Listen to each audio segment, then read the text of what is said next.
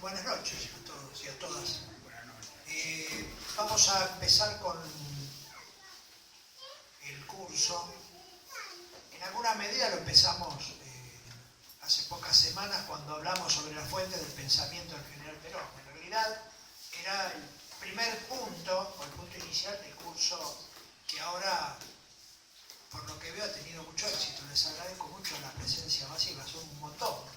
No venía preparado para tanta gente, pero bueno, así que vamos a dar comienzo. El primer punto que vamos a tratar dentro de este programa,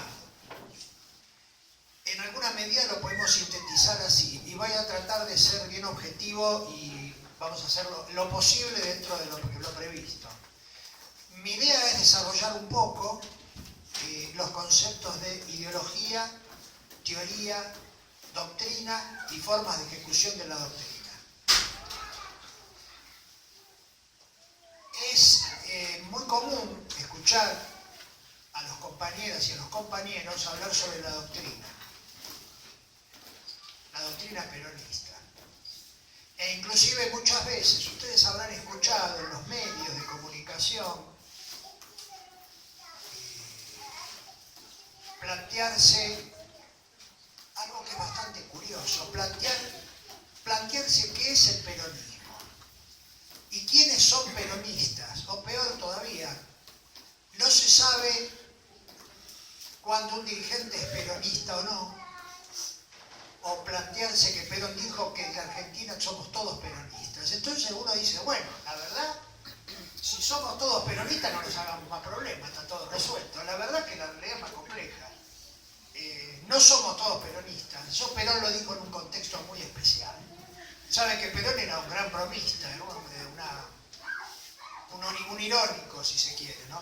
Y él planteó el tema de que somos todos peronistas en un contexto donde él había retornado al país, estaba en un punto máximo de prestigio político, se aprestaba a su tercer presidencia, y lo planteó en alguna medida para incorporar a su plan político en 1972 a la oposición. Fundamentalmente, Perón en ese momento estaba muy interesado en encuadrar e incorporar a su programa, que iba a llamarse Programa de Reconstrucción Nacional, cuyo instrumento de planificación era el Plan Trienal para la Reconstrucción Nacional.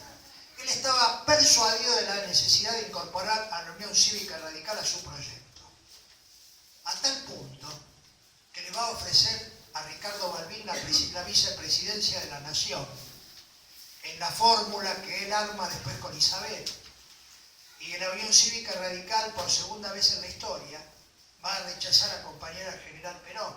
Ustedes saben que la primera vez que Perón le ofrece a la Unión Cívica Radical ir a una elección juntos, en una fórmula común, es en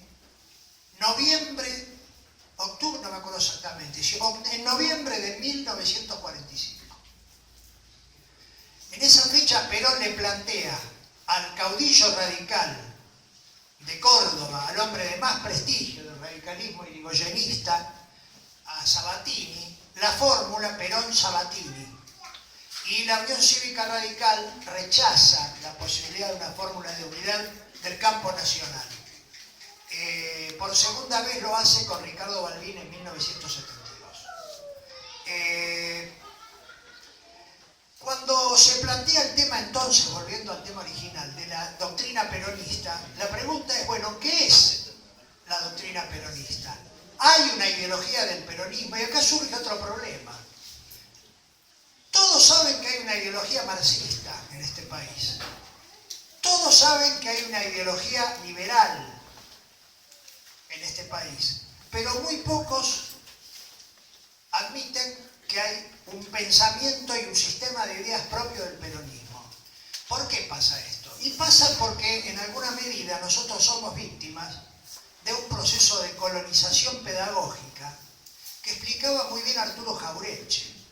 Pareciera ser que la inteligencia argentina cree que el pueblo argentino es incapaz de tener un pensamiento propio, un programa de acción propio y una estructura de sentir y de pensar el mundo independiente de Europa o de Estados Unidos o de Japón.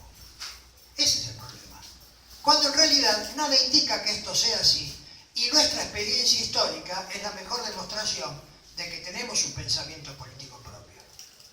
Entonces es necesario hablar de ideología, de teoría, de doctrina y de formas de ejecución de esa doctrina.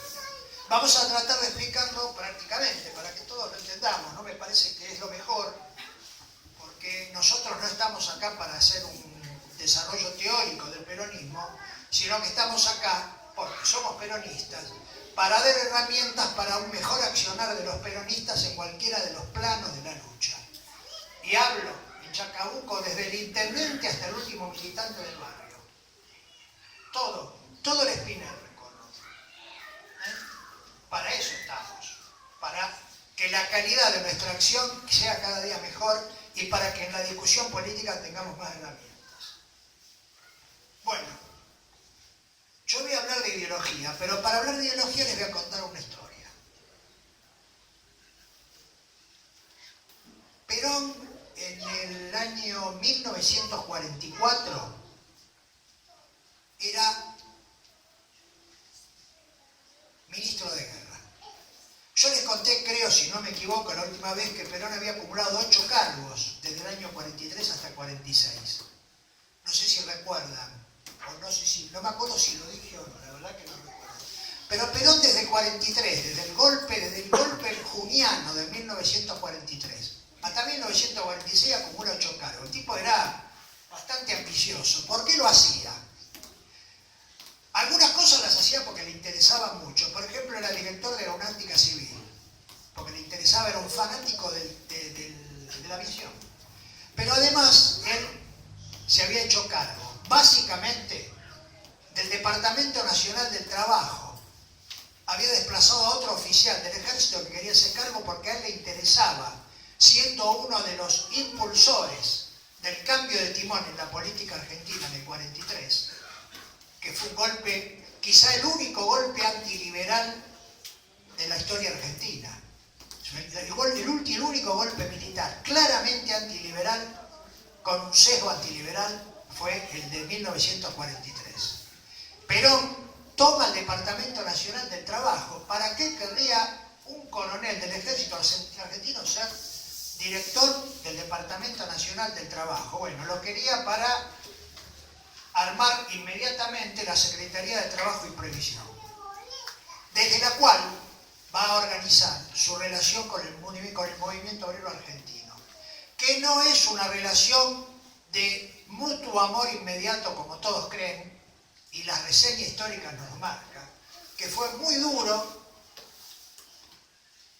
el trato inicial de Perón con los dirigentes sindicales por la desconfianza que tenían los dirigentes sindicales a los militares argentinos. Secretaría de Trabajo y Previsión.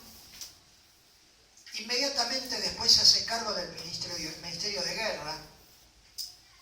Inmediatamente empieza a planificar lo que él creía que era la salida para la Argentina en el marco del conflicto de la Segunda Guerra Mundial, planteando que la Argentina tenía que planificar la posguerra, y arma un instituto que se va a llamar Consejo Nacional de Posguerra.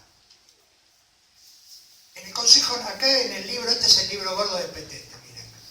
Algunos por ahí lo conocen, por ahí los más viejos lo vieron.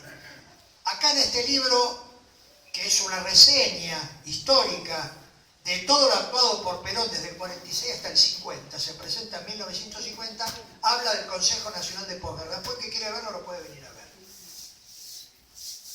En la lucha interna del ejército por el poder, Perón va ascendiendo en esa lucha y finalmente asume junto con O'Farrell la vicepresidencia de la Nación. En ese marco, el 10 de junio de 1944, él va a pronunciar un discurso, más bien hace una exposición en la Cátedra de Defensa Nacional que acababa de crear la Universidad Nacional de La Plata. El 10 de junio de 1944. Faltaban 16 meses para el 17 de octubre de 1945. En ese en esa jornada, Perón va a hablar, el tema que va a elegir es el significado de la defensa nacional desde el punto de vista militar. Fíjense, esto no tiene mucho que ver con la doctrina peronista, pareciera, pero él, a partir de su análisis, ese día, va a desarrollar en esa exposición en la Universidad de La Plata sus principales ideas respecto del país. En líneas generales, en esa exposición, él habla de la defensa nacional y dice textualmente que si esto puede hacer pensar a algunos espíritus que de la defensa nacional se trata de un problema cuyo planteo y solución interesan e incumben únicamente a las Fuerzas Armadas de la Nación. No es así. Es un problema que incumbe a todos los argentinos y a todo su bagaje material y espiritual. Primera definición. Esto lo digo porque lo tenemos que retener. Cuando Perón habla de la defensa nacional, no habla de las Fuerzas Armadas. Habla del conjunto de la nación, habla de todas sus fuerzas materiales, la producción agrícola, la producción industrial, los servicios y su bagaje espiritual, su cultura, su fe, su vida cotidiana, la forma de ver. Todo ese bagaje, todo eso, Perón dice que forma parte de un dispositivo que es la defensa nacional. Claro, la pregunta es, ¿defendernos de quién? Siempre digo, vayamos al contexto, en el tiempo y en el espacio. 10 de junio de 1944, ¿qué había? ¿Había paz en el mundo? ¿Sí o no? No había. Guerra. En el marco de esa guerra, Perón hace una evaluación en este discurso. Dice, los ganadores de la contienda pueden ser estos o estos. Pero nosotros tenemos que tener en claro que la guerra es una responsabilidad ineludible del conjunto de la nación. O sea que él asume que el estado de guerra es una posibilidad. Y tenemos que prepararnos en este sentido para la defensa nacional. Y lo primero que dice es que la defensa nacional es responsabilidad de toda la población argentina. De todas. Y en ese mismo texto dice que hay dos categorías de naciones. Las naciones satisfechas o pacifistas y las naciones insatisfechas o agresoras. Y lo que está planteando es que hay países que tienen vocación imperial y expansionista y hay países que no. E inmediatamente dice algo. En mi vida militar, todos los años he observado un elevado porcentaje de ciudadanos que al presentarse a cumplir con su obligación de aprender a defender la patria, deben ser rechazados por no reunir las condiciones físicas indispensables. La mayoría de los casos originados en una niñez, falta de abrigo y alimentación suficiente. Y en los textos de geografía del mundo entero se lee que somos el país de la carne y del trigo, de la lana y del cuero. Un oficial del ejército argentino que habla de la defensa nacional y salta a narrarnos al auditorio en La Plata y a todo el pueblo argentino sobre la pobreza. Es llamativo esto, ¿no? Estoy leyendo cita textual del discurso, que está en este libro, miren. La Fundación Hernandarias publicó 26 libros, que son toda la publicación de discursos y textos de Perón de toda su vida, 26. Lo digo porque es interesante conocer esta publicación. Y Perón cierra esta frase diciendo, es indudable que una gran obra social debe ser realizada en el país. Entonces este general nos está hablando, coronel, nos está hablando de la defensa nacional, del concepto que él habría aprendido con Colmar von der Goltz en la escuela militar sobre la nación en armas, y nos está diciendo que es imposible que la nación tenga una defensa nacional correctamente organizada si la pobreza reina en el grueso de su población. Está vinculando la defensa nacional con la justicia social. Fíjense qué curioso. Inmediatamente plantea todas las naciones en contienda movilizan la totalidad de sus industrias. Está hablando de Estados Unidos, Inglaterra, Francia, Alemania, Japón, China, Rusia y todos los beligerantes directos de la Segunda Guerra Mundial. E introduce el otro tema fundamental, la industria nacional. Fíjense, defensa nacional, nación en armas, justicia social e industria nacional. Estamos hablando del modelo básico de la génesis del peronismo. Todo en este discurso del 10 de junio de 1944.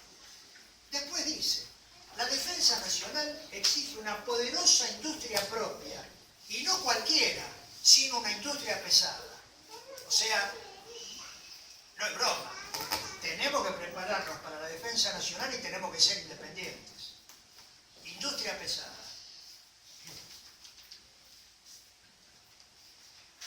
Algunos analistas de la vida de Perón, por ejemplo Fermín Chávez, Norberto Galasso, sostienen que la doctrina, Perón empieza a manifestar su pensamiento doctrinario en forma explícita en esta fecha, el 10 de junio de 1944, en su discurso para la cátedra de Defensa Nacional de la Universidad Nacional de La Plata. Para muchos, este discurso es el génesis del desarrollo doctrinario de Perón. Por eso lo traje, porque me parece que es fundamental tenerlo presente, porque todo indica que ahí en Perón empezó a expresar su visión doctrinaria y su visión de cómo organizar la Argentina. Este discurso tuvo consecuencias muy curiosas. Una de las consecuencias que tuvo es que pocas semanas después el embajador norteamericano se retira de la Argentina. Hay prácticamente una ruptura de relaciones con el gobierno de O'Farrell y Perón, como bien la embajada norteamericana lo marca. Inmediatamente después se retira el embajador inglés. A Inglaterra no le convenía pelearse con el gobierno de O'Farrell y con Perón como vicepresidente. ¿Saben por qué? ¿Qué necesitaba Inglaterra en la Segunda Guerra? Comida. Por eso. Pero como Inglaterra estaba subordinada al imperialismo norteamericano por su situación mundial, y porque además ya nos lo demostraron en Malvinas, que cada vez que tocan pito uno y otro se ayudan, en esa etapa el embajador inglés sigue al embajador norteamericano. Y además se retiran el embajador de Chile, el embajador de Uruguay y el embajador de Bolivia. Se van. La embajada norteamericana. Y documentación muy interesante que los peronistas, la mayoría no conocen. Galasso la trata, Fermín también la trata. En esa época se planifica desde el gobierno norteamericano y se empieza a evaluar un teatro de operaciones de enfrentamiento militar de Brasil con Argentina. ¿Saben qué planteaba la embajada norteamericana? En un episodio similar al Guernica de la Guerra Civil Española, que la aviación militar, la aeronáutica brasileña bombardeara Buenos Aires. Ese era el teatro de operaciones en el cual Perón se desenvolvía en 1944. Obvio que esto está directamente vinculado con su encarcelamiento el 9 de octubre de 1945, y ahí vino lo que se llama el cisne negro de la historia, el acontecimiento inesperado, que son las masas trabajadoras volcándose a la Plaza de Mayo el 17 de octubre. Pero quería marcar este tema porque me parecía muy interesante que lo supieran. ¿Para qué? Para que evaluaran en qué momento se empieza a fundamentar la doctrina.